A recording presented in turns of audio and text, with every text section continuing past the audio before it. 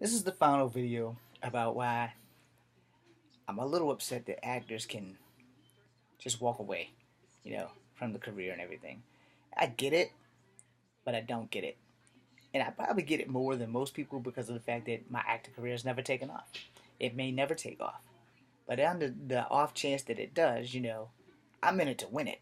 So when all this is like gray and all this is white, yeah, that'll be about the time that I walk away from it. Or unless like I die on the set or something like my idol Brandon Lee, or I die in my sleep like my idol Bruce Lee, and I don't attain fame until after I'm dead. It's cool, but in that same nutshell, I would hope that my work touches people on a level that makes them want to also do this. If I can inspire people to get up and do the things that I used to be able to do, then I've done my job as an actor because I've made you believe that you can achieve the impossible. And you can. I am the self-proclaimed king of the impossible. I don't have a problem proving that things are impossible and can be done. I know for a fact that I am the king of the impossible. I will work again. I will do kung fu again. If it kills me, I'm going to do it. Especially since it's my base leg that was fucked up first. And it was like, well, you're tough as nails. Yeah, the army made me tougher than I was before I got there. The army taught me things that I'm not too happy to say I'm proud of. And then they have also done things that, you know, didn't. But I will tell you this, for the actors who successfully stay in the business, you guys are the real heroes because you make other actors really want to stay in this business. If I could get a TV show like Law and Order, or if I can get a TV show like Agents of S.H.I.E.L.D., you think I'm leaving that? I'm a Law and Order fan. I will never be on Law and Order. We all got this established now. I will never be on Agents of S.H.I.E.L.D. We have that established. But if I was, or if Netflix say, hey, we want to give you a show based on a Marvel character, would you play him? Yes, but only if he's a Native American. And they're like, well, why is that? It's because there's not enough Native American heroes. And I want to be playing a Native American, you know? So when you think about it, I want to play a character that's multicultural, but there's not enough of them. And why? Because there's not enough multicultural writers who have lived the life that I've lived, where you can visit the white side and deal with that. You can visit the black side and deal with that. You can visit the Native American side and deal with that. Now, I haven't been to a reservation, but as a child, my great grandmother Ada installed me with a lot of Native American knowledge.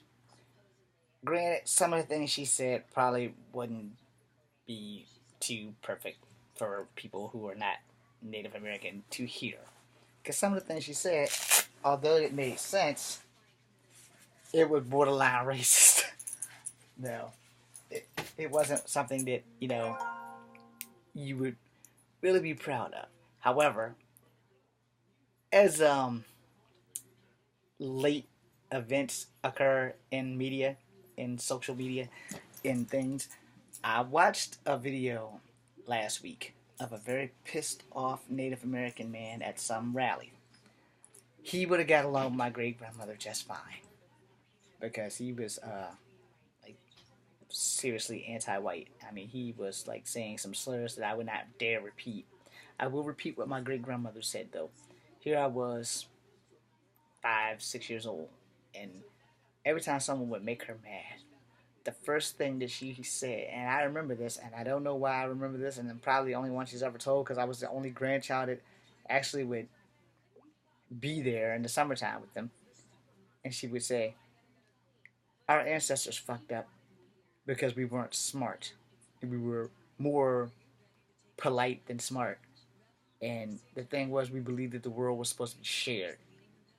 And then she says, if we would have been smart, we would have swam under the water and sank the boats before they could land and have their powerful boomsticks, not broomsticks, boomsticks, um, take over the country. The world would be a different place if back then our ancestors would have been smart enough to do that. But the thing about curiosity and learning different people and different cultures is that it leads you down a path that you probably don't expect to see. The Native Americans never thought that they would lose this place. No, not for New York Minute. They thought that they were greeting friendly visitors.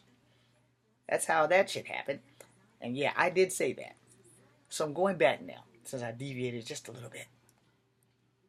I think that if we had more actors of different ethnic backgrounds in America, and America was ready for it, it wouldn't be a problem. And it's like, all right, let me put my hands off to the ABC channel for having two strong Asian shows. Now, granted, the first strong Asian show didn't last more than a season. Thank you, Margaret Cho, for American Girl. But Fresh Off the Boat is working very well, and Dr. Ken is working very well. And I salute you guys because you have proved me right that America is ready for an Asian family sitcom. They probably weren't ready when Margaret Cho did it in the 90s, which is probably why it didn't work. And I will tell you why it didn't work.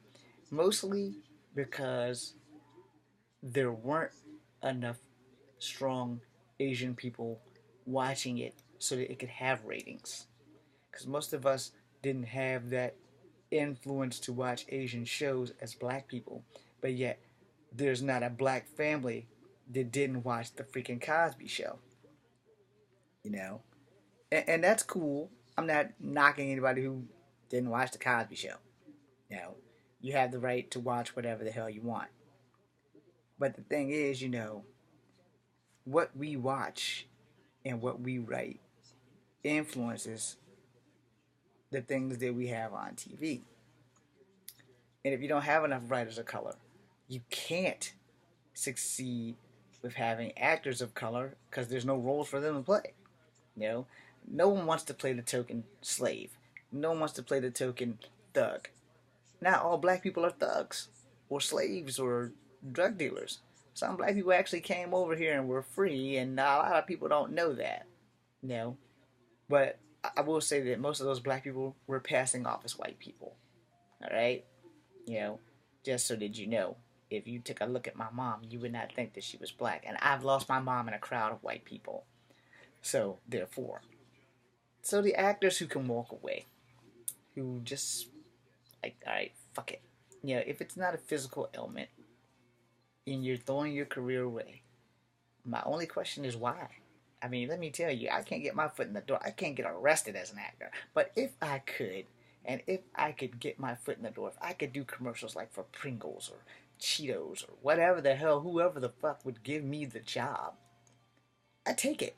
It's like, well, this is the only career you're going to have. You're just going to make commercials. Done. How many commercials am I making a year? You're making 5 commercials a year. Good, let's get started. Yeah, let's get started. I'm not waiting. Give me the contract. Let me read it. Let me do some powerful negotiating because if I'm only going to make commercials, I'm going to need to live. So you're going to need to drop me enough money that I can live between commercials. And then, like you have to know this because in case you don't, commercials are a good platform for actors to get roles. They are. I mean, look at Flo and look at the guy who did Mayhem. And there are many things. The guy who did Mayhem was just in the Ninja Turtles movie. And not that he wasn't working before that, but you have to like his Mayhem commercials for Allstate. You think I wouldn't do that? And now, let's go to actors who are acting and still doing commercials. Like Ving Rhames in ADT. You know, I would kill to be in that position where I can do a commercial and then go and do a movie. I'm not in that position. But if I'm ever in those positions where I can work and do what I want and keep working and do what I want, there's no way in fucking hell I'm walking away from anything. If I get a stint on Days of Our Lives, like you're on this show for about a week and that's all we need you for. It's like, so how much am I getting paid? You're on the show for a week and you're playing a thug and you're gonna fight somebody and then you're going to die off the show. Done.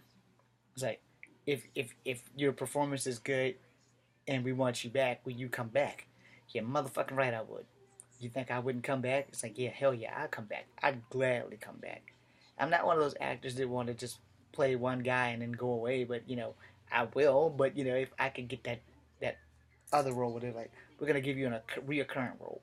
Like let's say I got a a Starship show, like like Star Trek or some shit like that. You think that I wouldn't stay on that show until it ended? Oh fuck yeah, I'd stay on that show. I'd stay on that show. I only want whatever character. I want it to be a good person with great morals. I don't want to play the bad guy who's a dick, unless I play the bad guy who has he's a bad guy, but he has like a heart of gold towards certain situations. Like he's the son of a prostitute or some shit like that. So he has a sweet spot for prostitutes. Even though he probably pays prostitutes to have sex with him, but he has a sweet spot for prostitutes, and he's a good guy, and he kills bad guys who are just as bad as he are, but he's like the lesser of the two evils. Now I can play that. But I don't want to be a guy who's going to go around and just demean people. I don't want to be the guy who puts down people because of their ethnic backgrounds or because of their handicaps or stuff like that. I don't want to play that guy. But I'm not saying that I won't. Just so that that's out there. I'm not saying that I won't. I will play the bad guy. I don't care. I probably don't look like a bad guy. But I will play the bad guy. I can do that. I can be evil. Because I want to be working. Alright? I don't have to play the hero. I can play the bad guy. No, not a big deal. No. As long as I get to play it my way. And my way, I get to be as evil as I want, and I get to say evil, evil things. And I get to kill people. No, because bad guys kill people. No. My name is James Williams Jr., and before I deviate from anything else, I'm going to get off of this right now. But I want to thank you guys for hearing me out, because the truth be told, I mean, if my career ever took off, whatever my first show would be, I'm in that son bitch till it ends. It's like, it's like, all right, you're going to be on The Walking Dead. Cool. I'll be on The Walking Dead. It's like, well, you're only on there for like 4 episodes. Fuck it. That's 4 episodes that I'm getting paid. And it's like, so we're going to kill you off in like your 4th episode. I'll take it. Now, just don't make it so that I'm like, everybody hates Chris. Don't make me be the reason that one of the main stars are leaving. I don't want to be that guy.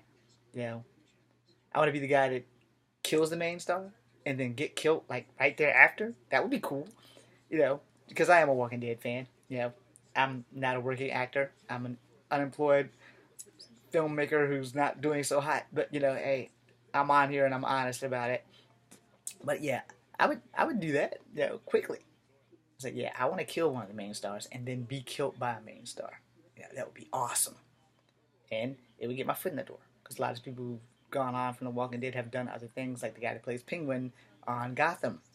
Now, I could not do Gotham.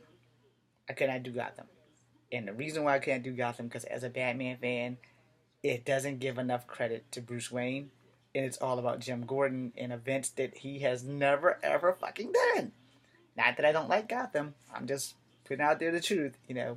Gotham is not for you if you're a Batman fan. Sorry.